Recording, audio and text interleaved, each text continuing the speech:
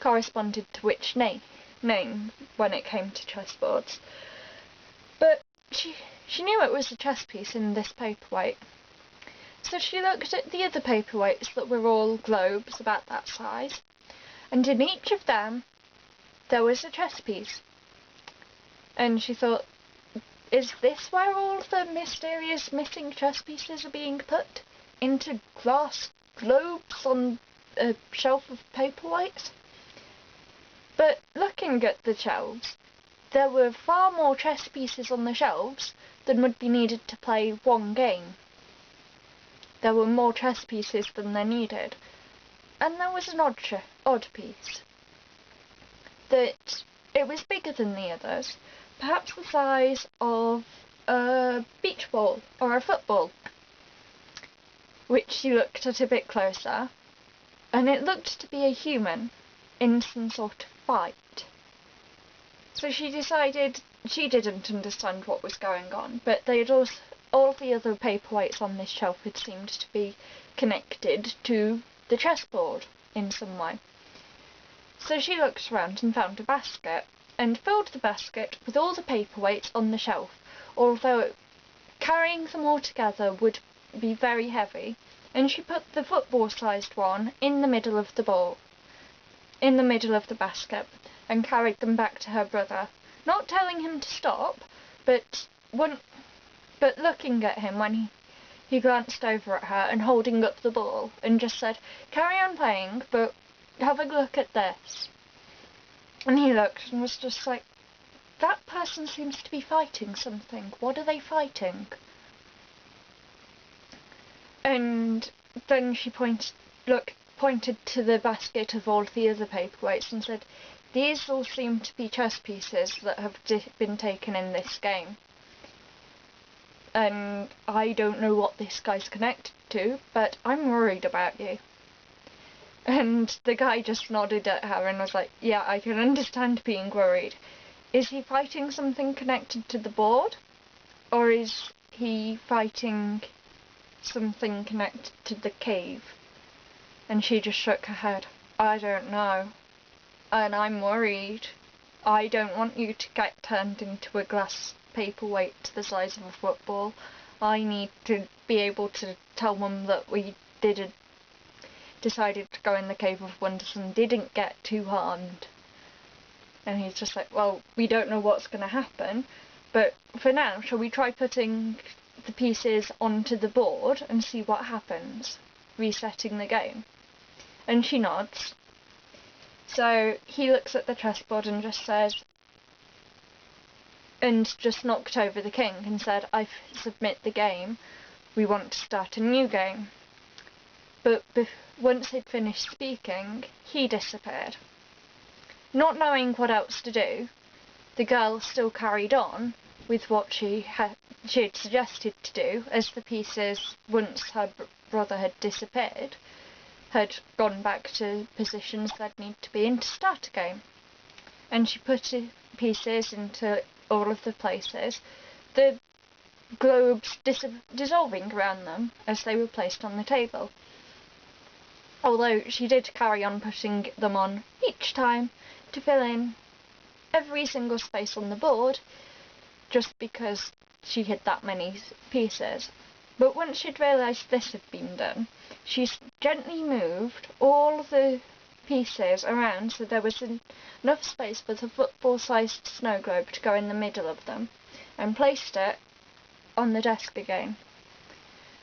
There was a whoosh, and a high, strong breeze started up around them, and she looked around wondering what was going on,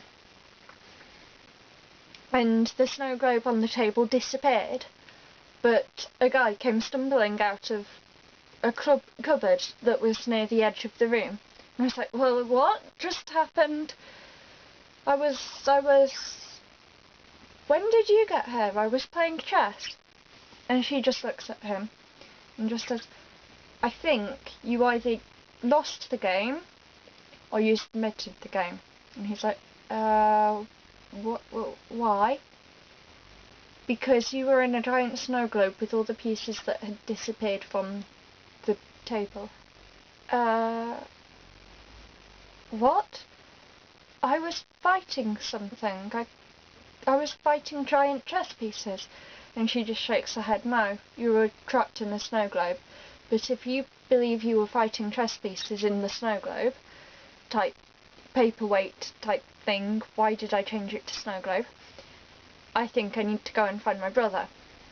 And she ran through back to where she'd found all the paperweights in the first place. And sure enough, her brother was sat in a football-sized paperweight on the shelf, which she grabbed up and rushed back to the table with it and put it down, hoping that her brother might just come back. And he did. And she was so relieved as she felt the magic and the winds picking up again, working to release her brother from this magic chessboard. And he collapsed as he fell out of the cupboard and looked around and was like, "Do not submit that game. You have to fight giant chess pieces. Don't do it." And he was just saying that more to himself than anyone else, as he was still looking around as though he hadn't quite realised he was out of the fighting giant chess pieces thing yet. But his sister just ran over and threw her arms around him and just said, "Good, you're out. Let's find something that won't trap you in a paperweight fighting giant chess pieces. Hopefully nothing else will try and kill you that way, or remove you from time that way." And the man who had been trapped in the chessboard just looks at them and just says, "You two are insane. Why are you carrying on through this cave of wonders when you've already almost lost your brother?"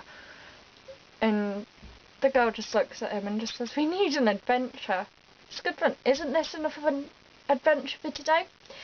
Why don't you take me back to your house and we can work out for other adventures another day, and I can work out how much time I've been stuck in a paperweight." And the boy just says, "That actually sounds pretty good to me. I want to rest. I don't like fighting giant chess pieces. Let's get out of here for a while, come back another day." So the girl just nods and just says, "Sure, we'll come back another day. We'll see what happens then."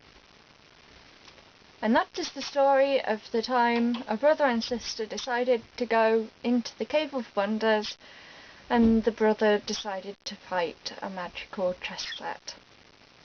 Hope you enjoyed it, and hope it didn't hope it made sense. I'll work out what I'm saying. Bye!